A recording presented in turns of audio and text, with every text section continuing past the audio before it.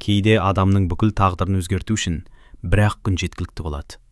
Кеше ғана болашағына үлкен жоспар құрып жүрген қыз ертеңіне өмірінің қай арнаға бұрылатынын өзі де білмейді. Бұл дән сондай тағдырдың тарихы. Жаздың жаймашуақ күндерінің бірі еді. Таңғы самал ауыл үстін баяу ғана тербеп, күннің алғашқы шапағы қырдағы алтын масақтарды аймалап тұрды. Ауылдың шетінде орналасқан еңселі болмаса да, берекесі тасқан бір шаңырақта таң бұрынғысынан ертерек атты. «Айсәуле қызым, шайың дайын болды», деді анасы. «Қазір, мама». 20 жасқа енді ғана толған Айсәуле айна алдына келіп, ұзын қара шашын жинап, ақ жейдесінің жағасын түседі. Бүгін де мектепке барады. Бұл ауылдағы өзіне таныс көшелермен күнде жүрсе де, жүрегі ерекше қуанышқа толы болатын. Өйткені ол өзінің бала күнгі арманымен өмір сүріп жүрген еді. Кішкентай кезінде қуыршақтарын қатар отырғызып алып, қолына таяқ ұстап, «Балалар, дәптерлеріңді ашыңдар», деп сабақ өткізетін. Сол ойын бүгін шындыққа айналған. Колледжді үздік тәмамдап, туған ауылындағы мектепке жас маман болып орналасқанына көп болмаған. Ұжым оны жылы қабылдады. Балалар алғашқы күннен ақ жақсы көріп кетті. «Айсәуле апай келді», деп алдынан жүгіріп шығатын шәкірттерін көрген сайын бар шаршауы ұмытылатын. Әкесі қызына үнсіз ғана қарап отырып, «Ұстаз болу екінің біріне бұйыра бермейтін бақ. Осы жолынан тайма қызым», дейтін. Айсәуле де сол сенімді ақтағысы келетін. Тұрмыс құру туралы ой оның санасына әлі кіріп те шықпаған еді. Жастық шақтың өз қызығы, өз мақсаты бар емес пе? Сол жылы облыс орталығындағы университеттің сырттай бөліміне оқуға түсті. Күндіз мектепте сабақ береді, кешкісін дәріс оқиды. Демалыс күндері ауданға барып, кітапхана жағалап жүреді. Шаршайтын. Бірақ шаршаған сайын арманына бір қадам жақындап келе жатқанын сезінетін. Ауыл ішінде айттырушылар да болмай қалған жоқ. Бірі жеңгелер арқылы сөз салса, енді бірі үлкен кісілерді жіберетін. Анасы бір күні жайлап, «Қызым, тағы да құда түсейік деп келіпті. Не дейсің?» деп сұрады. Айсәуле күліп жіберді. «Әлі ерте ғой, мама. Әуелі оқуымды аяқтап алайын». Анасы да қызын қинамайтын. «Бақытты болатын күнің алда. Ең бастысы, өз бақытыңды өзім таңда» дейтін. Бұл сөзді Айсәуле өмір бойы есінде сақтап қалам деп ойлаған. Бірақ тағдыр кейде адамға таңдау қалдырмайды екен. Күздің алғашқы айы еді. Бір күні мектептің әдістемелік жетекшісі оны кабинетіне шақырды. «Айсәуле, біз ұжым болып ақылдастық». «Иә? Биыл аудандық жыл мұғалімі байқауына сен қатысасың». Айсәуле орнынан қозғала алмай қалды. «Мен бе?» «Иә, біз саған сенеміз». Ол кабинеттен шыққанда қуаныштан жүрегі алып ұшып тұрды. Үйіне жеткенше жүзінен күлкі кетпеді. «Мама, мені жыл мұғалімі байқауына жіберетін болды». Анасы қызын құшақтап, «Көрдің бе, еңбек ешқашан жерде қалмайды» деді. Сол күннен бастап дайындық басталды. Аптасына бірнеше рет аудан орталығына барып, байқауға қатысты құжаттар дайындайды. Әдістемелік сабақтарға қатысады. Күндері тынымсыз еңбекпен өте бастады. Ал дәл сол күндері өзі мүлде танымайтын бір жігіт оның әр қадамын сырттай бақылап жүргенін Айсәуле қайдан білсін? Ол қыздың қай күні ауданға баратынын, қай уақытта мектептен шығатынын, қай көшемен жүретінін бәрін үнсіз бақылап жүрген еді. Айсәуле болса, алдында қандай қара бұлт үйіріліп келе жатқанын әлі сезбеген болатын. Әндім кейде тағдыр ескерту береді дейді. Бірақ сол ескертуді бәрі бірдей түсіне бермейді. Айсәуле де алғашқы оқиғаны кездейсоқтық шығар деп қабылдады. Жыл мұғалімі байқауына дайындық қыза түскен. Аптасына 2-3 рет аудан орталығына барып келетін болды. Бірде жұмыстары әдеттегіден ертерек аяқталды. Автобусқа дейін әлі уақыт бар. Ол аялдама жанында үнсіз күтіп тұрды. Сол кезде жанына ақ түсті жеңіл көлік тоқтады. Терезесі ашылып, ішінде отырған жігіт. «Қарындас, ауданнан ауылға қайтып бара жатырмыз. Егер біздің ауыл жаққа болсаң отыр. Жолай тастап кетеміз» деді. Көлікте екі жігіт отыр екен, жүргізуші мен қасындағы жолаушы. Ауыл маңында бәрі бір-бірін сырттай танитын. Сондықтан Айсәуле еш күмәнданған жоқ. «Рахмет» деп артқы орындыққа отырды. Алғашқыда бәрі қалып деді. Жол бойы жігіттер өзара әңгімелесіп келеді. Айсәуле де терезеден сыртқа қарап үнсіз отырды. Бірақ ауданнан шығып, ауылға бұрылатын тұсқа келгенде, көлік басқа бағытқа бұрылып кетті. Айсәуленің жүрегі шым ете қалды. «Кешіріңіздер, біз қайда бара жатырмыз?» Алдыңғы орындықта отырған жігіт артына бұрылып, еш қысылмастан, «Біздің ауылға». «Не үшін?» Әрі қарай сөйлесеміз. Осы сөзден кейін бәрі түсінікті болды. Айсәуленің денесін мұздай қорқыныш биледі. Ол еш ойланбастан алға ұмтылып, жүргізушінің мойнынан екі қолдап қоқындыра ұстап алды. Машинаны тоқтат! Жүргізуші көлікті әрене еріп келеді. Қарындас, жіберіңіз, өлеміз ғой. Тоқтат деймін. Қазір. Мен бұл жігітке тигенше, осы жерде бәріміз өліп кеткеніміз дұрыс. Көлік жол жиегіне тоқтады. Жүргізуші демін әрең алып отыр. Ол қасындағы жігітке ашулана қарады. Сен маған не дегенсің? Қыз келісіп отыр дегенсің? Солай деген. Мына қыздың түріне қара, қай жері келісіп отыр? Жүргізуші үнсіз біраз отырды да Айсәулеге бұрылды. Қарындас, кешіріңіз. Егер мұның бәрі күшпен екенін білсен, сізді мүлде отырғызбас едім. Сосын қасындағы жігітке: түс, мен бұған араласпаймын. Әлгі жігіт амалсыз көліктен түсті. Жүргізуші Айсәулені өзі баратын жеріне дейін жеткізіп салды. Кетерінде тағы да: кешіріңіз, мен де қызым бар адаммын, сізге жамандық ойлаған жоқпын деді. Айсәуле үндемеді, оның бүкіл денесі қалтырап тұр еді. Үйіне келген соң ғана болған оқиғаны анасына айтып берді. Анасы шошып кетті. Әкең айтамыз. Әкесі үнсіз тыңдап болды. Сосын бірақ ауыз сөз айтты. Енді жалғыз жүрмейсің. Бірақ Айсәуле бұл оқиға осымен аяқталды деп ойлады. Енді қайталанбас. Ақылдарына келген шығар. Ол қателескен еді. Өйткені әлгі жігіт алғаш рет мақсатына жете алмаған сайын райынан қайтудың орнына одан сайын өжеттене түскен болатын. Ал арада 2 апта өткенде Айсәуленің өмірін мәңгіге өзгертетін күн келді. Арада 2 апта өтті. Өмір қайтадан өз қалпына түскендей көрінді. Айсәуле бұрынғыдай таңертең мектепке барып, балаларға сабақ береді. Кешкісін байқауға дайындалады. Кейде өзі де бәрі артта қалды ғой деп ойлайтын. Бірақ адамның тыныштыққа сеніп қалған шағы кейде ең қауіпті кезең болады екен. Сол күні мектепте 4-ші сабақ аяқталған еді. Қоңырау соғылып, балалар у-шу болып дәлізге жүгіріп шықты. Сау болыңыз апай, ертең кездесеміз. Айсәуле күлімдеп бәрін шығарып салып, журналын қолына алды. Сыртқа шыққанда күзгі күн ерекше жылы еді. Ауыл көшесі тыныш. Көшенің бойымен үйіне қарай асықпай келе жатты. Ол сол күні кешке байқауға арналған ашық сабақ жоспарын аяқтауды ойлап келе жатқан. Бір сәтте артынан қатты жылдамдықпен келген көлік жанына кілт тоқтады. Есігі тарс ашылды. Айсәуле бұрылып үлгіргенше 2 жігіт атып шықты. Жіберіңдер! Ол жаншыра айқайлады. Бірі 2 қолынан қысып ұстаса, екіншісі иығынан итеріп көлікке қарай сүйреді. Көмектесіңдер! Даусы бүкіл көшеге естілді.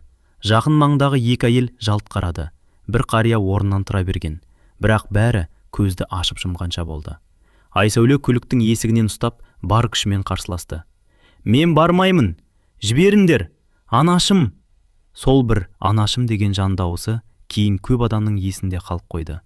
Бірақ әлгі жігіттер күшті еді. Олар қызды көлікке күштеп кіргізіп, есікті тарс жауып жіберді. Көлік орнынан зулап қозғалды. Айсәуле жылай отырып, есікті ашуға тырысты. Терезені ұрды. Тоқтатыңдар! Өтінемін, мені жіберіңдер! Ешкім үндемеді. Кек алдыңғы орында отырған жігіт суық үнмен: болды, енді кеш. Айсәуле алғаш рет шын қорықты. Ол өзіне не болатынын білмеді. Тек бір нәрсені ғана түсінді. Бұл жолы ешкім оны құтқармайтын сияқты еді. Үйде анасы дастархан дайындап жүрген. Әдетте осы уақытта келетін еді. Біраздан соң мазасыздана бастады. Телефонына қайта-қайта хабарласты. Жауап жоқ. Әкесі де мектепте қарай шықты. Мектепке жеткенде күзетші: Айсәуле сабағы біткен соң бірден шығып кеткен, деді. Сол сәтте әкесінің жүрегі бір жамандықты сезді. Арада жарты сағат өтпей-ақ ауылға суық хабар тарады. Айсәулені алып қашып кетіпті. Бұл сөз анасының құлағына жеткенде қолындағы кесесі жерге түсіп быт-шыт болды. Жоқ, менің қызым. Ол есік алдына отырып алып еңіреп жылады. Әкесі үнсіз ғана көлігіне отырды. Бірақ оның үнсіздігі анасының жылағаннан да ауыр еді. Ал көлік болса басқа ауылға кіріп бара жатқан. Ауылдың шетіндегі үлкен үйдің алдына тоқтады. Есік алдында бірнеше әйел күтіп тұр екен. Келін келді, түсіріңдер. Айсәуле көліктен түспей қойды. Мен түспеймін. Бұл менің үйім емес. Мен ешқайда бармаймын. Бірақ ешкім оның сөзін тыңдамады. Әйелдер қолынан тартып аулаға кіргізді. Үйдің төріне ақ орамал ұстап отырған үлкен әжелер жайғасқан. Бірі: қызым, сабыр ет, бәрі жақсы болады, деді. Айсәуле көз жасын тыя алмай: «Жоқ, мен бұл жігітке тұрмысқа шықпаймын. Әке-шешемді шақырыңдар». Үй іші бір сәтке тым-тырыс болып қалды. Ал сыртта оның әкесі дәл сол ауылға қарай жүйткіп келе жатқан еді. Кеш қарайып қалған. Айсәуле отырған бөлменің іші адамға лық толы. Бірі ақыл айтып отыр, бірі жұбатқан болады. Бірі: «Қызым, тағдырдан озған ешкім жоқ» дейді. Енді бірі: «Бүгін жыласаң, ертең күлесің» деп қояды. Бірақ сол сөздердің бірде-бірі Айсәугренегін жүрегіне жеткен жоқ. Ол бір бұрышта тізесін құшақтап үнсіз отыр. Көз жасы тоқтар емес. Әлсін. «Әке-шешемді шақырыңыздаршы, өтінемін» дейді. Бірақ ешкім нақты жауап бермейді. Кешкі сағат 9-дар шамасында сырттан көлік тоқтаған дыбыс естілді. Артынша аулада адамдардың дауысы көбейді. Қыздың әке-шешесі келді. Бұл сөзді естіген сәтте Айсәуле орнынан атып тұрды. Есікті ашып сыртқа жүгірді. «Әке, анашым!» Анасы қызын көрген бойда құшақтап дауысын шығарып жылады. «Қызым-ай, қарағым-ай!» Айсәуле де еңірек қоя берді. «Анашым, мені алып кетіңіздерші. Мен мұнда қалмаймын». Әкесі үндемей қызының басынан сипады. Оның көзі жасаурап тұрса да, өзін барынша сабырлы ұстауға тырысты. Біраз уақыттан кейін екі жақтың үлкендері үйге кірді. Әңгіме басталды. Бір жақ: «Болған іс болды. Енді екі жастың бағы ашылсын». Екінші жақ: «Қыздың өз еркі қайда?» Сөз көбейді, бірақ шешім шықпады. Сол кезде үйдегі үлкен ақсақалдардың бірі: «Қыздың өзінен сұрайық, ешкім зорламасын» деді. Бәрі үнсіз қалды. Айсәулеге қарады. «Қызым, не айтасың?» Айсәуле еш ойланбастан жауап берді: «Мен кетемін. Бұл жігітке тұрмысқа шықпаймын. Үйіме қайтамын».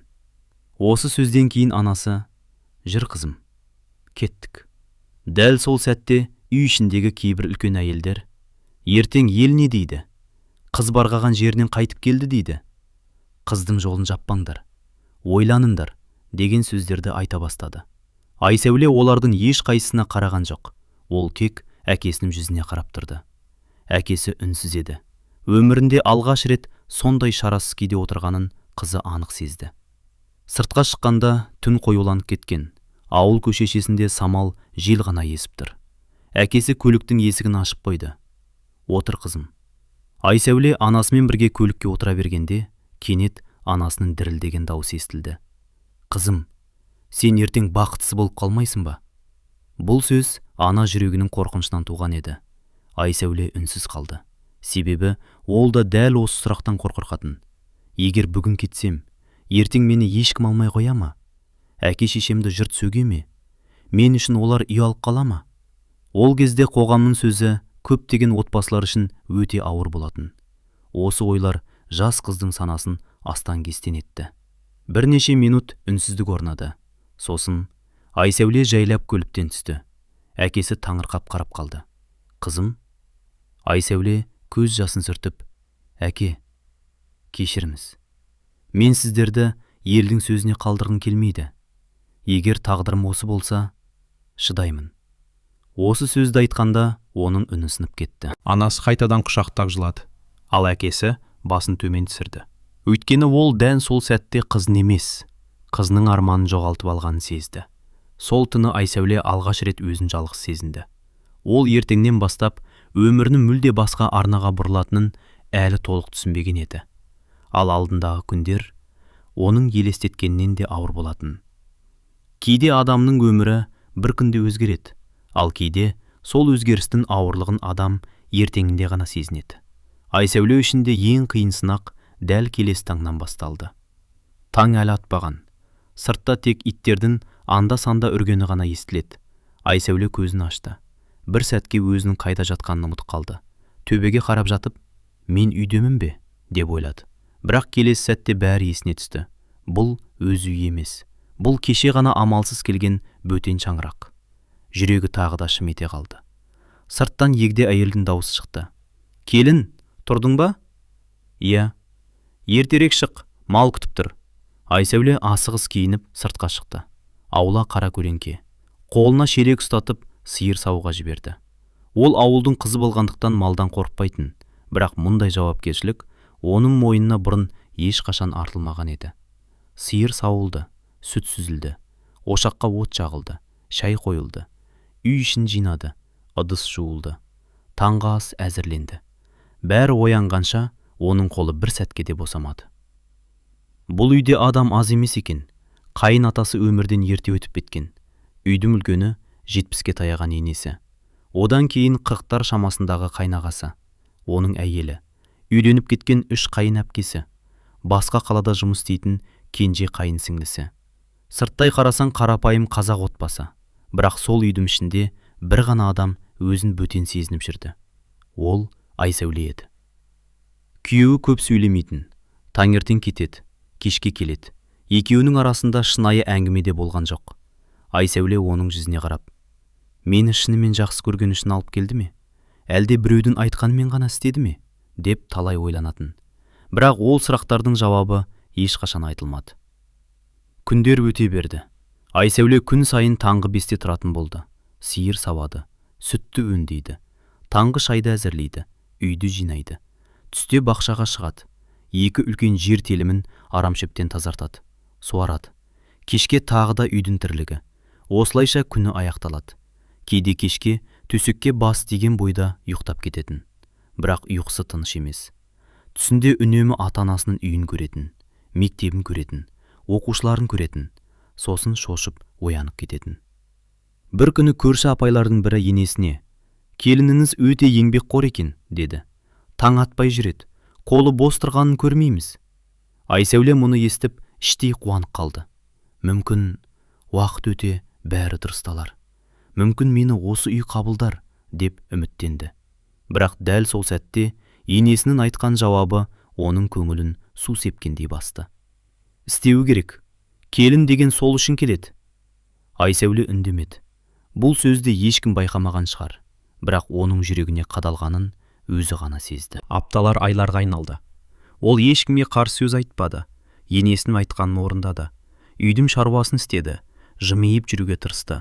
Өйткені ол өзін емес, әке-шешесін ұятқа қалдырмауды ойлады. Бірақ ол әлі білмейтін бір нәрсе бар еді. Бұл үйде қанша тырысса да бәріне бірдей ұнай алмайтын еді. Өйткені бір адамның оған деген өкпесі. Ол бұл үйге келмей тұрбақ басталып қойған болатын. Уақыт өте келе адам бәріне үйренетін сияқты көрінеді. Бірақ кейбір ауырлыққа жүрек ешқашан үйренбейді. Айсәуле де сырт көзге сабырлы келін болып көрінгенмен, ішкі дүниесінде күн сайын үнсіз күресіп жүрді.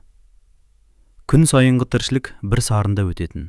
Таңғы 5-те тұрады, сиыр сауады, сүтті пісіреді, айырады, үйдің шайын әзірлейді, ыдыс аяқ, кір-қоң, одан кейін бақша, жаз шықса суару, көктемде егу, күзде жинау. Күн еңкейгенше қолынан күрек пен кетпен түспейтін. Кейде кешке қарай алақаны жарылып, саусақтары қарысып қалатын. Сонда да ешкім «Шаршадың ба келін?» деп сұрамайтын. Бір күні анасы келіп қалды. Қызының өңін көріп жүрегі шым етті. Баяғы күлкісі азайған, жүдеп кеткен, қолдары күнге күйіп жарылып тұр. «Қызым, өзің қалайсың?» деп жай ғана сұрады. Айсәуле анасының жүзіне қарап жымиған болды. «Жақсымын, мама». Бірақ ана жүрегі алданбайды. Шай үстінде енесі: «Келініңіз жұмысқа пысық екен», деді. Сырттай мақтағанда естілгенмен, үнінде жылылық сезілмеді. Үйден шығарда анасы қызының алақанын ұстап: «Бірдеңе болса, үндемей жүре берме қызым», деді. Айсәуле басын изеді, бірақ анасына шындықты айта алмады. Өйткені ол анасының тағы жылағанын көргісі келмейтін. Сол күндері әкесі бір қуанышты хабар айтты. «Аудан мектебінде бос орын бар екен. Директормен сөйлестім. Сабағыңды жалғастырсаң қалай қарайсың?» Айсәуленің жүзі жарқ ете қалды. «Рас па, әке?» «Иә, сенің мұғалім болғаныңды өзімен артық ешкім қаламайды». Көп ұзамай ол мектепке жұмысқа орнамасты. Мектеп табалдырығын қайта аттағанда жүрегі ерекше толқыды. Бордың иісі, балалардың күлкісі, сыныптың тыныштығы. Осының бәрін ол қатты сағынған екен. «Сәлеметсіз бе, апай?» Балалардың осы бір сөзі оның жан дүниесіне жылылық сыйлады. Сабақ үстінде ғана ол өзін қызықтырсында ғана ол өзін қайтадан баяғы Айсәуледей сезінетін. Бірақ бұл қуаныш ұзаққа созылмады.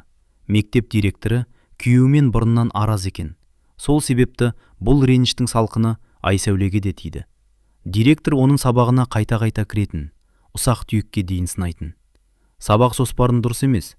Балалармен жұмысың әлсіз. Мынаны қайта жаз. Кейде басқа мұғалімдердің көзінше ескерту жасайтын. Айсәуле үндемейтін. Өйткені ол әділдік іздеуден бұрын жұмысын сақтап қалуды ойлады. Бір күні әріптестерінің бірі үзілісте: «Сенің сабағың жаман емес қой, неге саған ғана тиісе береді?» деп сұрады. Айсәуле жымиып қана: «Бәрі түзелер» деді. Бірақ өзі де бұл сөзге сенбейтін. Соған қарамастан ол оқуын тоқтатпады. Университеттің сырттай бөлімінде оқып жүрді. Сессия уақыты жақындағанда тағы да ата-анасы көмекке келетін. Оқу ақысында солар төлейтін. Бір күні әкесі ақшаны қызының қолына ұстатып тұрып: «Қызым, білім ешкім тартып ала алмайтын байлық. Қалғанын Алла реттейді» деді. Айсәуле көз жасын әрең тежеді. «Мен әлі күнге дейін әке-шешеме салмақ болып жүрмін-ау» деп іштей қиналды. Ол сол кезде әлі білмейтін, алда оны бұдан да ауыр сынақ күтіп тұрғанын. Және сол сынақтан кейін өзінің бұрынғы өміріне ешқашан қайта оралмайтынын. Адам кейде біреудің өзіне неге суық қарайтынын жылдар бойы түсіне алмай жүреді. Айсәуле де солай болды. Ол қанша тырысса да енесінің көңілінен шыға алмады. Таңғы тіршілік баяғыдай. Таң атпай оянады, малдың жайын қарайды, шайды дайындайды, үйдің ішін жинайды, жұмысқа кетеді.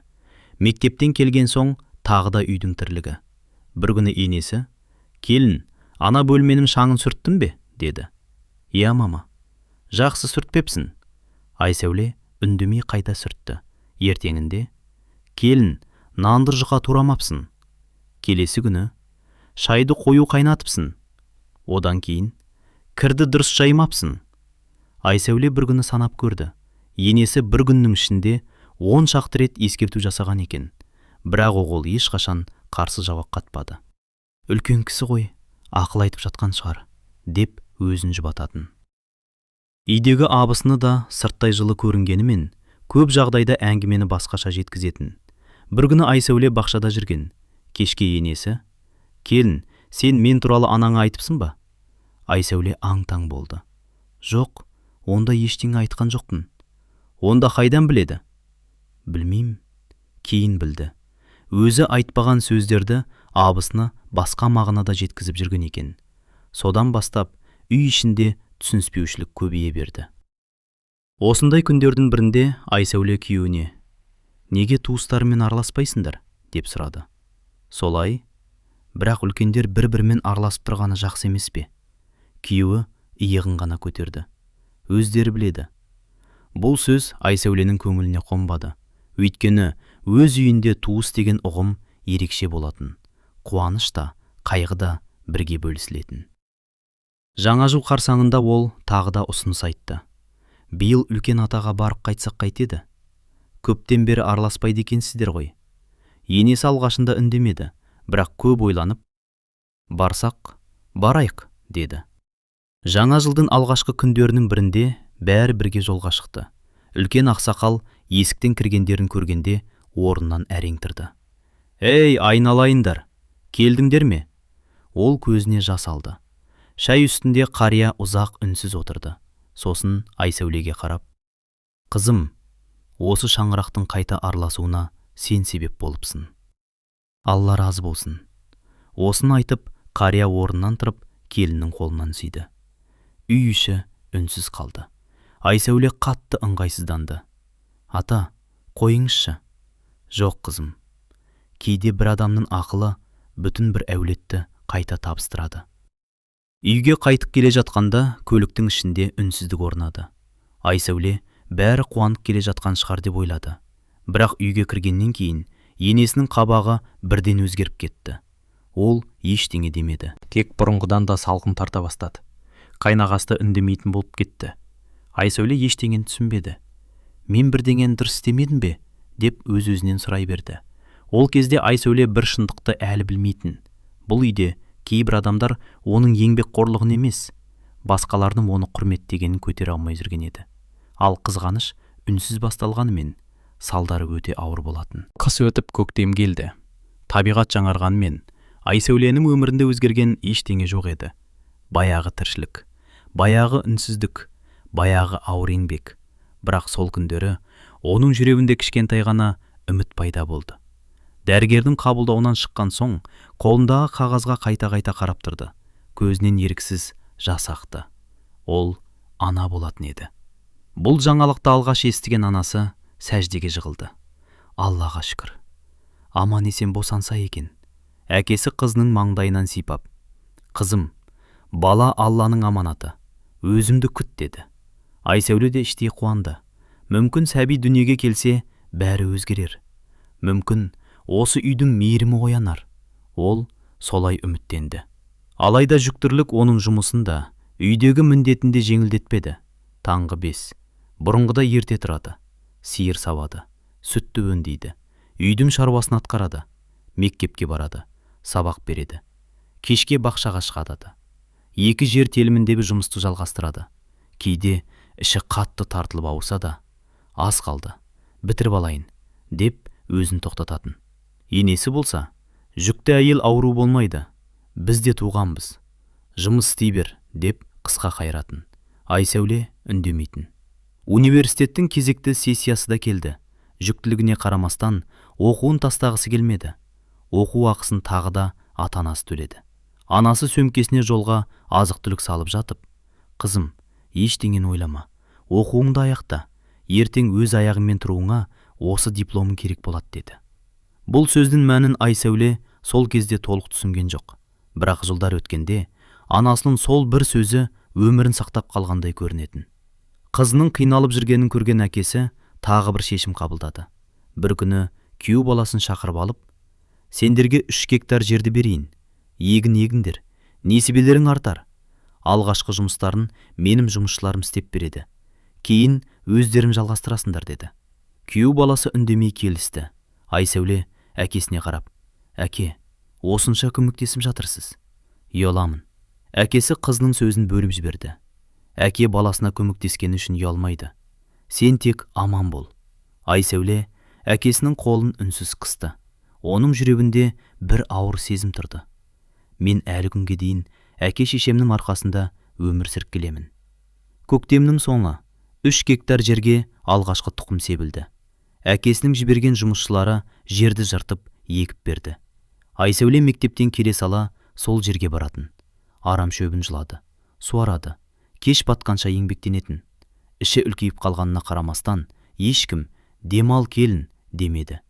Бір күні кешке анасы қызына ұзақ қарап отырды. «Қызым, түрің бозарып кетіпті. Дәрігерге қаралдың ба?» «Қаралдым. Бәрі жақсы» деді. Бірақ ана жүрегі тағы да мазасызданды. Ол қызының жүзіне қарап, бір ауырлық келе жатқандай деп іштей қауіптенді. Өкінішке қарай, ананың жүрегі бұл жолы да алдамапты. Айсәулені өмір мен өлімнің арасына апаратын ең ауыр күндер енді ғана басталғалы тұрған еді. Жүктіліктің соңғы айы еді. Айсәуле бұрынғыдан да тез шаршайтын болды. Аяқтары ісініп кеткен, сақинасы саусағына сыймай қалды. Кешке қарай басы қатты ауыратын. Бірақ ол мұның бәрін жүктілікте болатын нәрсе шығар деп жүре берді. Бір күні мектепте сабақ беріп тұрған кезде көзі қарауытып кетті. Тақтаға жазып тұрған қолы дірілдеп, бор жерге түсіп кетті. Әріптестері оны бірден медпунктке апарды. Қам қысымын өлшеген медбике шошып кетті. «Айсәуле, дереу аудандық ауруханаға барыңыз». Тексеруден кейін дәрігердің жүзі күрт өзгерді. «Бүйрегіңіз дұрыс жұмыс істемей тұр. Қам қысымыңыз өте жоғары. Сізді бүгіннен бастап ауруханаға жатқызамыз. Қауіп бар». Бұл сөзді естігенде Айсәуленің денесі мұздап кетті. Ішіндегі сәбиін ойлады. Тек балама ештеңе болмаса екен. Босануына әлі 2 апта бар еді. Палатадағы басқа аналар бірінен соң бірі босанып шығып жатты. Ал Айсәуле күн сайын терезеге қарап, «Қашан құшағыма аламын екен» деп армандайтын. Бірақ толғақ басталмады. 2 апта өткен соң дәрігерлер кеңес өткізді. «Күтетін уақыт жоқ. Толғақты қолдан шақырамыз». Айсәуле үнсіз басын изеді. Таңертең оны босану бөліміне алып кетті. Сағаттар өте бастады. 1 сағат, 2 сағат, 4 сағат. Ауырсыну күшейген сайын ол ернін тістеп үн шығармауға тырысты. Тек іштей, «Уа Алла, баламды аман сақтай көр, деп дұға етті. Кешкі сағат 5 шамасында сәби дүниеге келді. Қыз бала. Дәрігер, қызыңыз болды, дегенде Айсәуленің көзінен еріксіз жас ақты. Бірақ ол қызын құшағына алып үлгермеді. Дәл сол сәтте дәрігерлердің жүзіндегі қуаныш жоғалып кетті. Бір дәрігер екіншісіне асығыс. Қан тоқтамай жатыр. Жатырдың іші қанға толып барады. Тезірек операцияға дайындандар. Бөлменің іші абыр-сабырға айналды. Айсәуле әлсіреп бара жатты. Не болып жатқанын толық түсінбесе де, бір жағдайдың өте ауыр екенін сезді. Сыртта анасы күтіп отырған. Кенет дәрігерлердің жүгіріп жүргенін көріп, жүрегі зу ете қалды. Не болды? Ешкім нақты жауап бере алмады. Бірнеше минуттан кейін тағы бір дәрігер жүгіріп өтті. Ота бөлмесін дайындандар. Анасының екі аяғы қалтырап кетті. Қызыма не болды? Көзінен жас парлап, қабырғаға сүйеніп қала берді. Сол түні оның қан қысымы да күрт көтерілді. Кейін дәрігерлер: анаңыздың көзі бір айдай қанталап жүрді. Қатты күйзелгеннен болды, деген еді. Түнгі сағат 11. Айсәулені операция бөлмесіне алып кірді. Дәрігерлер өзара ақылдасып жатты. Жатырын алып тастаймыз ба? Жоқ, күтейік. Сол кезде оны емдеп жүрген дәрігердің бірі: әлі жас әйел, бар күшімізді салайық. Жатырын сақтап қалуға тырысайық. Осы шешім оның кейінгі өмірі үшін өте маңызды болды. Айсәуле операция үстелінде жатқан күйі төбедегі шамға соңғы рет қарады. Қызымды бір рет болса да көрсем екен. Осы ой санасынан өткен соң, көз алды қарауытып, есінен танып кетті. Ол өмір мен өлімнің арасында жатқанын өзі де білмеді. Операциядан кейін қанша уақыт өткені Айсәуленің есінде жоқ. Тек бір кезде алыстан біреулердің дауысы естілгендей болды. Көзін ашуға тырысты. Қабағы қорғасындай ауыр. Денесін қозғалтқысы келді, бірақ қолы да, аяғы да өзіне бағынбайтын. Баяу ғана көзін ашқанда аппақ төбені көрді. Мен тірімін бе? Сәлден соң қасынан таныс дауыс шықты. Қызым. Бұл анасының дауысы еді. Айсәуле басын әрең бұрып қарады. Анасы орындықта отырған, көзі ісіп кеткен. Бірнеше күн бойы көз жасын тоқтатпағаны жүзінен ақ көрініп тұр. Қызын есін жіді дегенді көргенде, анасы оның қолынан ұстап, үнсіз жылады. Анашым, Айсәуле әрең сыбырлады.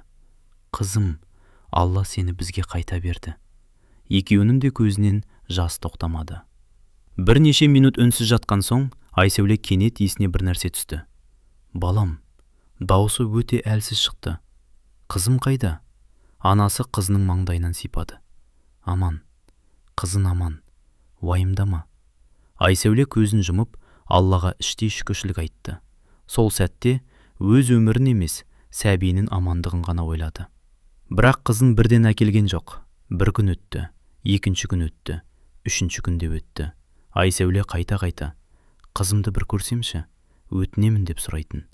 Дәрігерлер оның жағдайы өте ауыр екенін айтып асықпады. Ал 3 күн бойы сәбиін емізе алмағандықтан кеудесіне сүт жиналып, денесі қатты ауырды. Жараның ауруы бір бөлек, сәбиді көре алмаудың сағынышы бір бөлек. Бұл 3 күн оған 3 жылдай көрінді. 3-ші күні медбике кішкентай орамалға оралған сәбиді алып кірді. Міне, анасы сені күтіп жатыр. Айсәуленің жүрегі дүрсілдеп кетті. Ол қызын құшағына алмақ болды. Бірақ операциядан кейінгі әлсіздігі сонша, қолын көтерудің өзі қиын еді.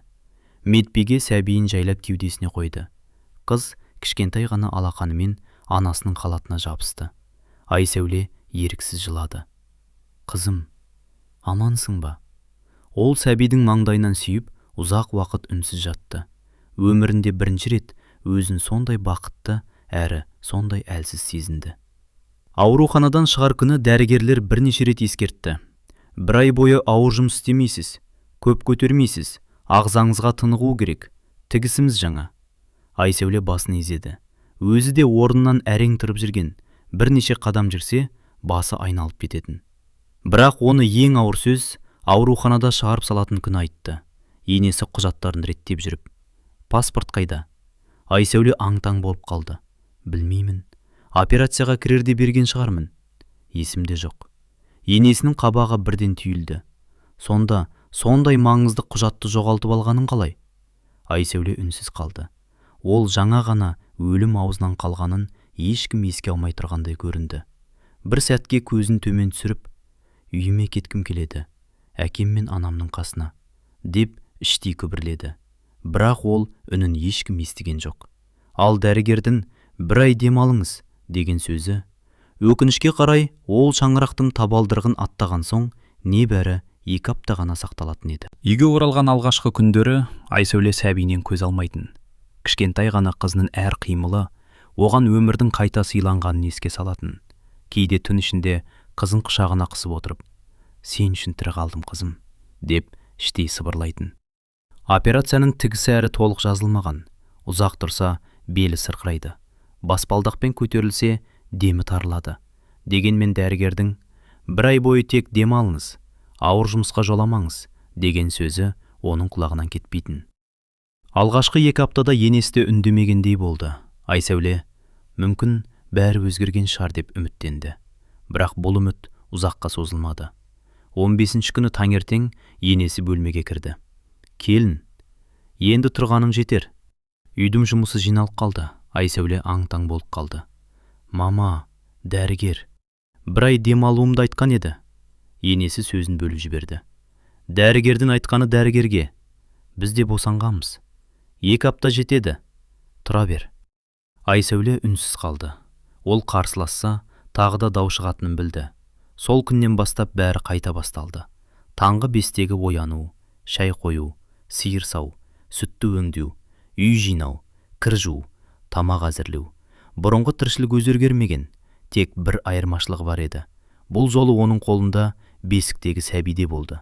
Қызы жыласа, бір қолымен бесікті тербетеді, екінші қолмен қамыр илейді. Кейде пештің қасында тұрып, көз жасын ешкімге көрсетпей сүртіп алатын. Жарасы толық жазылмағандықтан әр қимыл сайын іші шаншып ауыратын. Бірақ оны сұрайтын жан болмады. Бір күні көрші әжей келді. Айсәуленің түріне ұзақ қарап тұрды. «Қызым, әлі оңал үлгермеген екенсің ғой». Айсәуле жымиған болды. «Жақсым». Әжей басын шайқады. «Ей, айналайын, жас анаға күтім керек. Денсаулық кетсе, бәрі кетеді». Ол кетіп қалған соң енесі: «Көршілерге әлсіз болып көрінудің керегі жоқ. Жұмысымды істе». Айсәуле тағы да үнсіз қалды. Күндердің бір күні қызы қатты жылады. Айсәуле оны көтеріп жұбатып тұрған. Сол кезде енесінің дауысы естілді. «Келін, қазан қайнап жатыр. Баланы қой да жұмысымды бітір». Айсәуле қызым құшағына қысып қалды. Бір сәтке ана жүрегімен келін міндеті арпалысып кеткендей болды. Ақыры сәбиін жайлап бесікке бөліп, көз жасын жұтып, ас үйге қарай жүрді. Ол кезде жүрегінің қалай қан жылағанын бір Алла ғана білетін. Кешке қызы ұйықтап қалған соң, Айсәуле терезенің алдына келіп отырды. Аспандағы жұлдыздарға ұзақ қарады. Бір күні қызым өседі. Ол ешқашан мен көрген қорлықты көрмес екен. Ешқашан өз тағдырын өзі таңдауға қорықпас екен. Осыны ойлап отырғанда, кішкентай қызы ұйқысында жымиып қойды. Айсәуле де еріксіз жымиды. Сол кішкентай күлкі оған өмір сүруге күш беретін. Бірақ ол әлі бір шындықты білмейтін. Алда оны тек үйдегі ауыр еңбек емес, отбасының ішіндегі ең үлкен өтірік күтіп тұрған еді. Қызы дүниеге келгеннен кейін уақыт біртіндеп өте бастады. Айсәуле бұрынғыдай мектепке барып, үйдің жұмысын қатар алып жүрді. Күндіз ұстаз, кешке келін, түнде ана. Ол өзіне демалуға уақыт таппайтын, бірақ бар қиындықты қызының бір күлкісі ұмыттырып жіберетін. Әкесі берген 3 гектар жерде өнім бере бастады. Алғашқы жылақ егін бітік шықты. Айсәуле жұмыстан кейін сол жерге барып кеш батқанша еңбек ететін. Әкесі уәдесінде тұрып, бастапқы кезде жұмысшыларын жіберіп көмектесті. «Сендер аяқтарынан тұрып кеткенше жәрдем беремін» дейтін. Айсәуле мұндай әкенің барына шүкіршілік ететін. Бірақ әр көмектің артында бір жауапкершілік барын да жақсы түсінетін. Сондықтан ол ешқашан дайын дүниеге сүйеніп өмір сүргісі келмеді. Бір күні кешке әкесі күйеу баласын оңаша шақырды. «Балам, енді жердің жұмысын өздерің қолға алатын уақыт келді. Менің жігіттерім де өз шаруасына кетуі керек. Қалғанын өздерін жалғастырыңдар». Күйеуі үнсіз ғана: «Жақсы», деді. Әңгіме сол жерде аяқталғандай көрінді. Бірақ Айсәуле күйеуінің қабағының күрт өзгергенін байқап қалды. Келесі күндері ол бұрынғыдан да тұйық болып кетті. Үйге кеш келетін, кейде үнсіз отырып қалатын. Айсәуле бірнеше рет «Бірдеңе болды ма?» деп сұрады. «Жоқ, шаршадым». Бар жауабы осы болатын. Айсәуле әрі қарай қазбаламады, өзі айтар деп ойлады. Бір күні кешке күйеуі үйге ашулы келді. Үстіндегі киімнен ішімдік иісі сезілді. Бұл бұрын сирек болатын. Сол кеште ол ешкіммен сөйлеспеді. Тамаққа да дұрыс қарамады. Енесі «Не болды?» деп сұрағанда «Ештеңе» деп қысқа қайырды. Үйдің ішін ауыр үнсіздік басты. Айсәуле жүрегі бір жамандықты сезгендей мазасызданды. Арада бірнеше күн өткенде Айсәуле қызының бірінші туған күніне дайындала бастады. Кішкентай ғана дастархан жайылса да, ата-анасы мен жақындарының басын қосқысы келді. Қызымның өмірі менікіндей болмасын, бақытты болсын деп тілек тіледі. Ол әлі бұл мерекеден кейін өмірінің күрт өзгеретінін білмейтін. Сол күндері университеттен де хабар келді. Соңғы сессиясының уақыты жақындап қалған еді. Бұл оның диплом алар алдындағы ең соңғы қадамы болатын. Айсәуле баруға дайындала бастады. Ал дәл сол күндері ешкім күтпеген үлкен жаңжал тұтанып келе жатқан еді. Сол жаңжалдың салдары бір ғана отбасының емес, бірнеше адамның тағдырын өзгертетінін ол әлі сезбеген еді. Қызы бір жасқа толған соң, Айсәуле университеттің соңғы сессиясына дайындала бастады. Бұл оның диплом алар алдындағы ең маңызды кезең еді. Көп жылдан бергі еңбегі осы емтихандаға келіп тірелген. Кетердің алдында күйеуіне жай ғана «Оқу ақысын төлеп қойдың ба?» деп сұрады. «Иә, уайымдама, бәрі дайын». Айсәуле сенді. Өйткені сенбеуге ешқандай себеп жоқ сияқты көрінді. Сессия басталған күні университеттің бухгалтериясына кірді. Құжаттарын тапсырды. Бірақ қызметкер компьютерге қарап отырып, «Сіздің оқу ақыңыз түспеген екен» деді. Айсәуле аң-таң болды. «Қалайша? Үйден төлеп қойған?» «Жоқ, бізге ақша түскен жоқ». Ол бір сәтке тіл қатпай қалды. Қалтасындағы ақшасы жол шығынынан артылмайтын. Ата-анасына тағы қол жаюға намыстанды. Дәліздегі орындыққа отырып, ұзақ уақыт қозғала алмады. Неге маған өтірік айтты? Осы сұрақ қана санасынан кетпеді. Сол күні кешке ауылдан суыт хабар жетті.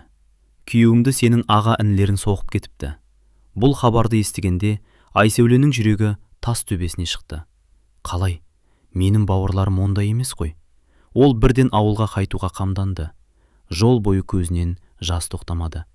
Бір жағынан күйеуіне алаңдайды, бір жағынан өз отбасының атына күйе жағылады деп қорықты. Үйге келгенде күйеуі үндемей жатты. Бетінде аздаған көгерген із бар. Енесі ашулы. «Міне, төркінінің тәрбиесі». Балам дұрып кетті. Айсәуле үнсіз тыңдап тұрды. Ол ештеңе демеді. Әуелі шындықты білгісі келді. Ертеңіне әкесінің үйіне барды. Үй іші тым-тырыс. Әкесі қызының келгенін көріп ауыр күрсінді. «Қызым, біз ешкімді сабаған жоқпыз». Айсәуле үнсіз тыңдап отырды. Сонда әкесі болған оқиғаны басынан бастап айтып берді. «Мен оған енді жұмысшыларымды қайтаратынды айттым. Қалғанын өздерің істеңдер дедім. Соған ренжіген сияқты болды. Кешке ішіп келіпті. Маған ауыр сөздер айтты. Анаңа да тіл тигізді. Інің ашуға шыдамай үстіне ұмтылды. Біз әрең ажыраттық. Ешкім жабылып ұрған жоқ, тек тоқтаттық». Әкесі тағы бір сәт үнсіз қалды. Сосын баяу ғана: «Соған қарамастан түнді үйге жібермедік. Мас күйінде жолға шықса, бір пәлеге ұрнама деп қорықтық. Тамағын бердік. Ұйықтатып, таңертең шығарып салдық. Қызым, біз оған жамандық ойлаған жоқпыз». Айсәуленің көзінен жас ыршып кетті. Ол екі жақтың сөзін салыстыра бастады.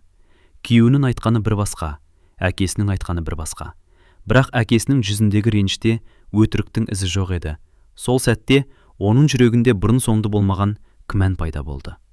Сол түні Айсәуле ұзақ ұйықтай алмады. Бір өтірік. Артынша оқу ақысы туралы тағы бір өтірік. Бәрі бір-бірімен байланысып жатқандай көрінді. Ол алғаш рет өзіне «Мен осы уақытқа дейін кімге сеніп өмір сүрдім?» деген сұрақ қойды. Ал бұл сұрақтың жауабы оның бүкіл өмірін өзгертетін шешімге алып келетін еді. Айсәуле сол түннен кейін бұрынғыдай бола алмады. Жүрегінде бір нәрсе сынып кеткендей еді. Осы уақытқа дейін қанша қиындық көрсе де бәрі түзелер. Уақыт өте, бәрі жақсы болады деп өзін жұбатып келген. Ал енді сол үміттің өзі әлсірей бастағандай. Университеттегі оқу ақысының төленбегені, әкесіне айтылған ауыр сөздер, шындықты жасырып, өзін жәбірленуші етіп көрсеткен күйеуі, бәрі көз алдынан кино лентасындай өте берді. Айсәуле алғаш рет өткен өміріне сырттай қарауға тырысты. Мені бұл үйге алып келгенде, мен қалғым келмеген еді. Қалғаным ата-анам ұятқа қалмасын дегенім ғана. Содан бері мен не ұттым? Бұл сұрақтардың ешқайсысына жауап таба алмады. Наурыз мерекесі жақындап келе жатқан. Айсәуле азын-аулақ жинаған ақшасына енесіне алтын сырға сатып алды. Өйткені ол кісінің туған күнін ешқашан білмеген. Сол себепті 8 наурызда сыйлық жасайын. Мүмкін қуанып қалар деп ойлаған. Сыйлықты ұсынғанда енесі сырғаны қолына алып қарады. Әдемі екен. Осыдан артық ештеңе айтпады. Айсәуле жылы сөз күтпеген де шығар. Бірақ сол сәтте жүрегінен бір ауыр ой өтті. Мен осы үйдің бәрін риза етуге тырысып келемін. Бірақ мені бір рет болса да шын көңілмен бағалады ма? Кешкісін қызы ұйықтап жатқан. Айсәуле оның қасына отырып ұзақ қарап отырды. Кішкентай ғана жүзі, періштедей тыныш ұйқысы. Сол сәтте ол өзіне бұрын соңды қоймаған сұрақты қойды. Егер менің қызым ертең дәл менің тағдырымды кешсе, мен оған шыда дер ме едім? Ол бірден басын шайқады. Жоқ. Дауысы еріксіз шығып кетті. Ешқашан. Осы бір ауыз сөзді айтқан кезде өзінің де жан дүниесінде бір есік ашылғандай болды. Ертеңіне ата-анасының үйіне барды. Анасы қызының жүзіне ұзақ қарап отырды. Қызым, бір нәрсе мазалап жүр ғой сені. Айсәуле үндемеді. Әкесі де үнсіз шайын ішіп отырды. Бір кезде Айсәуле көзіне жас алып, әке, мен осы уақытқа дейін кім үшін өмір сүрдім? Үй іші тып-тыныш болып кетті. Әкесі қызының жүзіне қарады. Неге олай дейсің, қызым? Өзім үшін емес. Біреулердің сөзі үшін, ұят болады деген қорқыныш үшін. Басқалар не дейді деп. Мен бәріне шыдап келдім. Дауысы дірілдеп шықты. Бірақ енді қызымның да дәл осындай өмір сүргенін қаламаймын. Анасы көз жасын тыя алмады. Әкесі ауыр күрсінді. Ол осы сөзді қызынан талай жылдан бері күтпесе де. Қыз жүрегіндегі жараның қаншалық терең екенін енді ғана толық түсінгендей болды. Сол күні кешке үйіне қайтып бара жатқанда Айсәуле көктемгі аспанға ұзақ қарады. Бұрын бұл жол оған амалсыздықтың жолы болып көрінетін. Ал бүгін алғаш рет бұл жолдың соңында еркіндік болуы мүмкін деген әлсіз үміт пайда болды. Бірақ ол әлі соңғы қадамын жасаған жоқ еді. Сол қадамнан кейін оның өмірі мүлде басқа арнаға бұрылатын. Көктемнің соңғы күндерінің бірі еді. Айсәуле түні бойы көз ілмеді. Жан дүниесінде екі дауыс арпалысып жатты. Шыда, қызың үшін бәріне төс. Бір дауыс осылай сыбырлайтын, ал екінші дауыс қызым үшін дәл қазір шешім қабылда. Ол сенің өміріңде емес, сен оның болашағын қорғауың керек, деп қайталай берді. Таң атқанда ол шешімін ішінен баяғыда қабылдап қойғанын түсінді. Енді оны тек айту ғана қалған еді. Сол күні үйдің ішін әдеттегідей жинады, шайын қойды, қызын тамақтандырды. Бәрі бұрынғыдай. Бірақ бұл оның осы шаңырақтағы соңғы күндерінің бірі екенін ешкім сезбеді. Күйеуімен оңаша қалған сәтте ол сабырмен, мен қызымды алып төркініме кетемін деді. Күйеуі алғашында үнсіз қалды. Сосын қысқа ғана, өзің біл. Осы екі сөз Айсәуленің жүрегіне бәрінен ауыр тиді. Ол осы уақытқа дейін бір ауыз, қалша, бәрін түзетеміз деген сөзді күтсе керек. Бірақ ондай сөз айтылмады. Кешке қарай бұл әңгімені енесі де естіді. Ол бір сәт үнсіз отырды. Сосын жай ғана, егер келмеймін десе, қала берсін. Бұл дүниеде бәрі де қиындық көреді. Даусында өкініштен гөрі шаршағандық басым еді. Айсәуле сол сөзді үнсіз тыңдады. Ол бұл үйден жылы шығарып салуды күтпейтін, бірақ осы жылдардың ішінде алғаш рет ешкім оны тоқтатуға тырыспағанына іші қынжылды. Ертеңіне ол киімдерін жинай бастады. Бар дүниесі бірнеше сөмкеге ғана сыйды. Қызының кішкентай киімдерін бүктеп жатып, көзінен жас ақты. Осы үйге қандай арманмен келіп едің? Ал енді немен кетіп барамын? Ол өзінен өзі сұрады. Сөмкелер дайын болған кезде күйеуі бөлмеге кірді. Екеуі үнсіз тұрды. Көздері түйісті. Айтар сөз көп еді, бірақ ешқайсысы бастамады. Күйеуі сөредегі заттарды қарай бастады. Мынаны қалдыр, мынау үйдікі, анау да осында қалады. Айсәуле еш нәрсеге таласқан жоқ. Маған ештеңе керек емес. Маған тек қызым керек. Осы сөзді айтқанда, оның дауысы анық әрі нық шықты. Бұл көп жылдан кейін өз өмірі туралы сенімді айтқан алғашқы сөз еді. Сыртқа шығар алдында ол қолына бір кезде неке күні тағылған жүзігін алды. Бірнеше секунд үнсіз қарап тұрды. Бұл жүзік оған енді махаббат емес, өткен ауыр жылдарды еске салатын.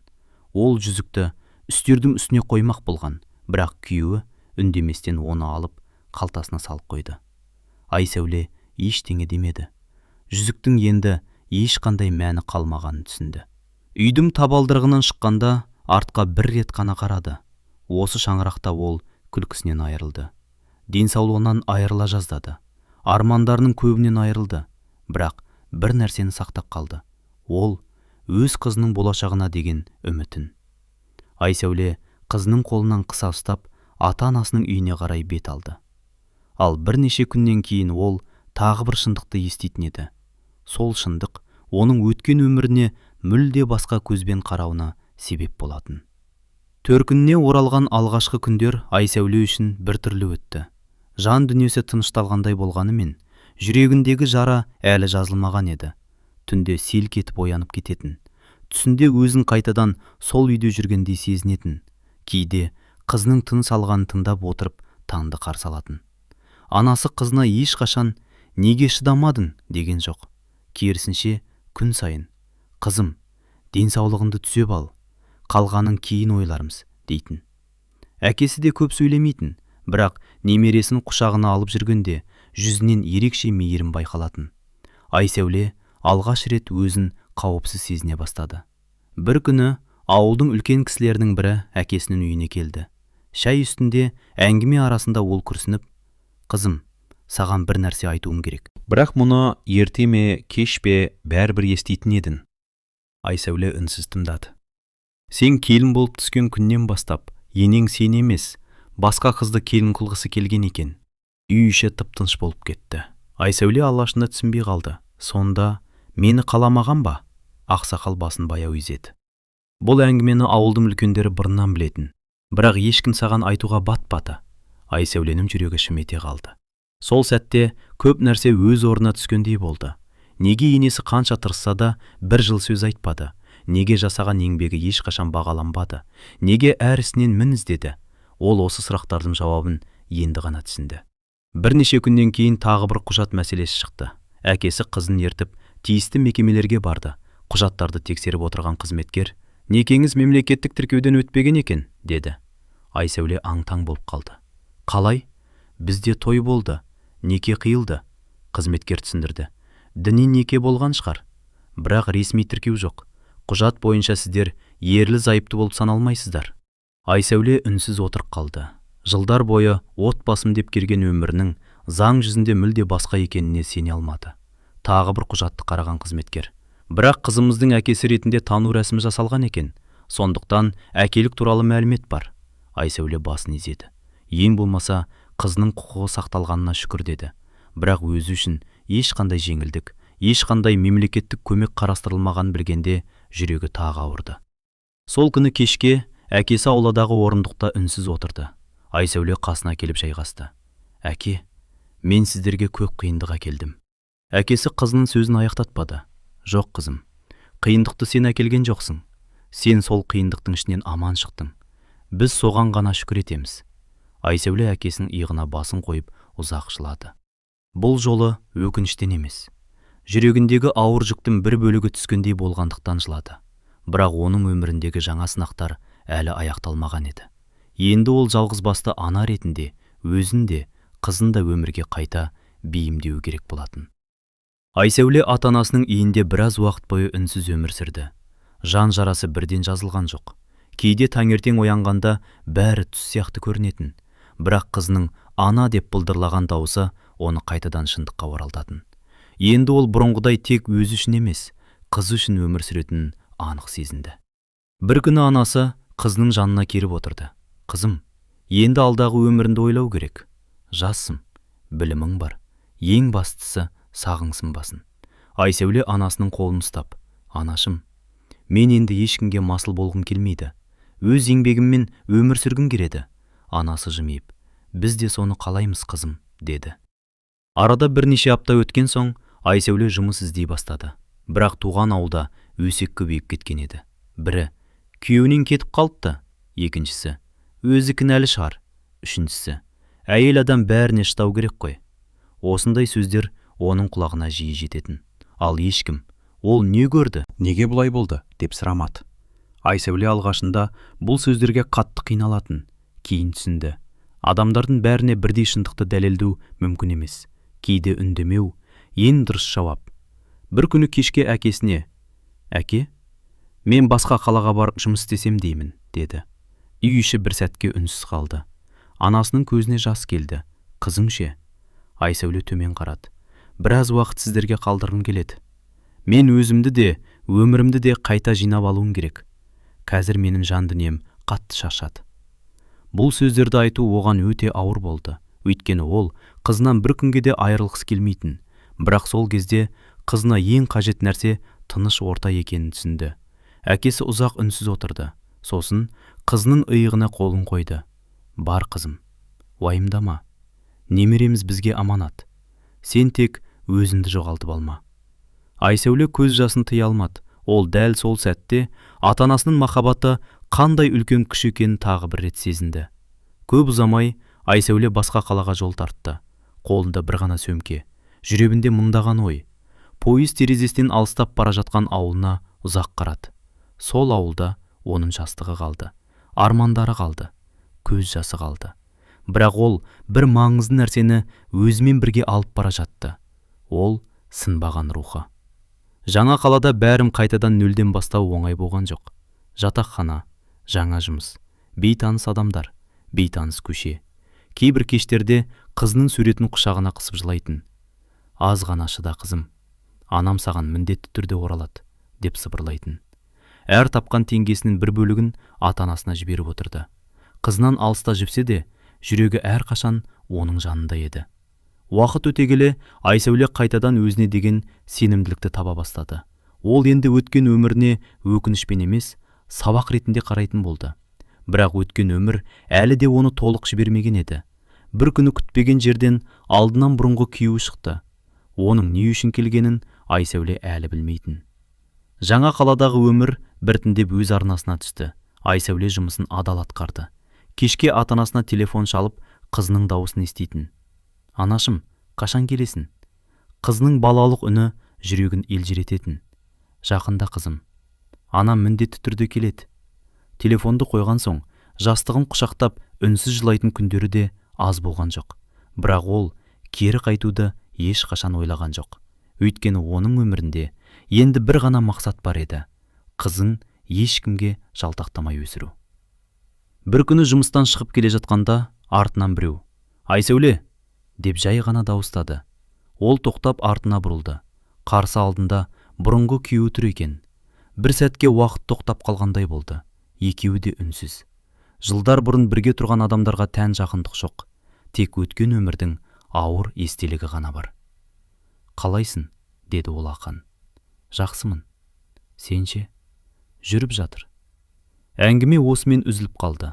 Айтар сөз көп болғанымен, екеуіне де оны бастау қиын еді. Бірнеше секундтан кейін ол, қызымыз қалай? Деп сұрады. Айсәуле алғаш рет оның көзіне тіке қарады. Жақсы, өсіп қалды. Мектепке дейінгі дайындыққа барып жүр. Даусы сабырлы еді. Ішінде ашу да жоқ, кек те жоқ. Тек өмірдің бәрін өз орнына қойған тыныштығы ғана қалған. Бұрынғы күйеуі басын изеді. Мен сендер туралы көп ойладым. Осы жерге келгенде сөзі үзіліп қалды. Айсәуле үндемеді. Ол ештеңе сұрамады, ақталуын да талап етпеді. Өйткені өткенді ешбір сөз өзгерте алмайтынын түсінген еді. Егер қолынан келетін бір көмек керек болса, Айсәуле сөзін жай ғана бөлді. Рахмет. Бізге ештеңе керек емес. Қызының амандығы мен тәрбиесі мен үшін ең үлкен байлық. Бұл сөзде тәкаппарлық жоқ еді. Тек өз күшімен өмір сүруді үйренген адамның сенімі бар болатын. Екеуі қоштасар сәтте бұрынғы күйеуі қызына сәлем айтуды өтінді. Айсәуле тек айтамын деді. Одан артық ештеңе айтылмады. Екеуі екі жаққа кетті. Айсәуле артына бұрылып қараған жоқ.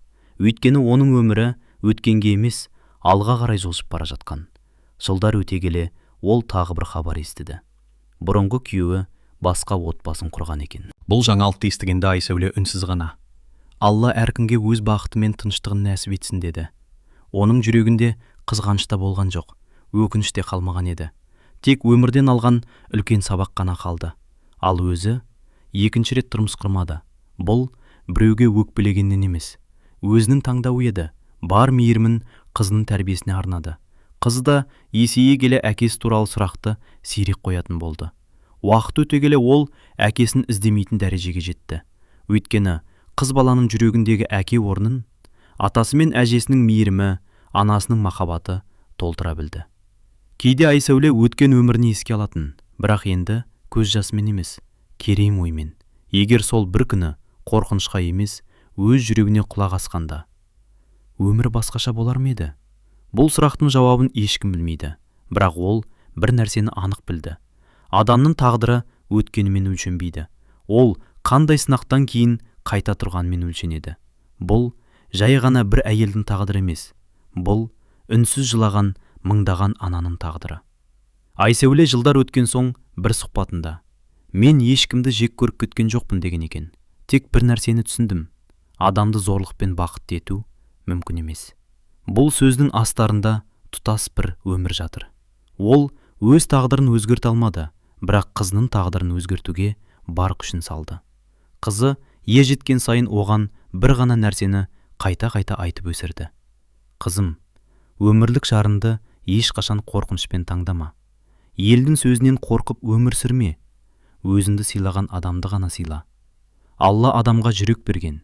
Сол жүректі ешкінің таптауына жол берме. Жылдар өте қызынан: анашым, сен өміріңе өкінесің бе деп сұрағандар болған. Айсәуле сәл ойланып барып: жоқ, өйткені менің ең үлкен бақытым сен. Егер өткен өмірім болмағанда, сен де болмас едің. Бірақ сол жолды ешбір қыздың қайталағанын қаламаймын. Оның осы жауабы көп нәрсені аңғартатын. Өткенін өшіре алмайсың, бірақ өткеннің қателігін болашаққа аманат етуге болмайды. Бұл оқиғадан кейін Айсәуле бір нәрсені анық түсінді: кешіру болған оқиғаны ұмыту емес. Кешіру өткеннің енді сенің болашағыңды басқаруына жол бермеу. Ол ешкімнен кек алған жоқ, ешкімге қарақсы айтқан жоқ, тек өз өмірін қайта құрды. Сол арқылы қызына ең үлкен мұраны қалдырды.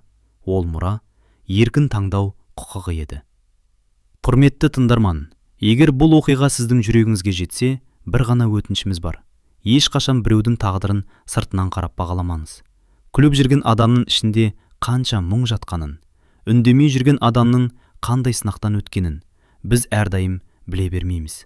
Ал егер дәл қазір осы әңгімені тыңдап отырып, өмірдің ауыр сынағын өткеріп жүрген жан болса, біліміз, ең қараңғы түннің де артынан таң атады. Үмітіңізді жоғалтпаңыз.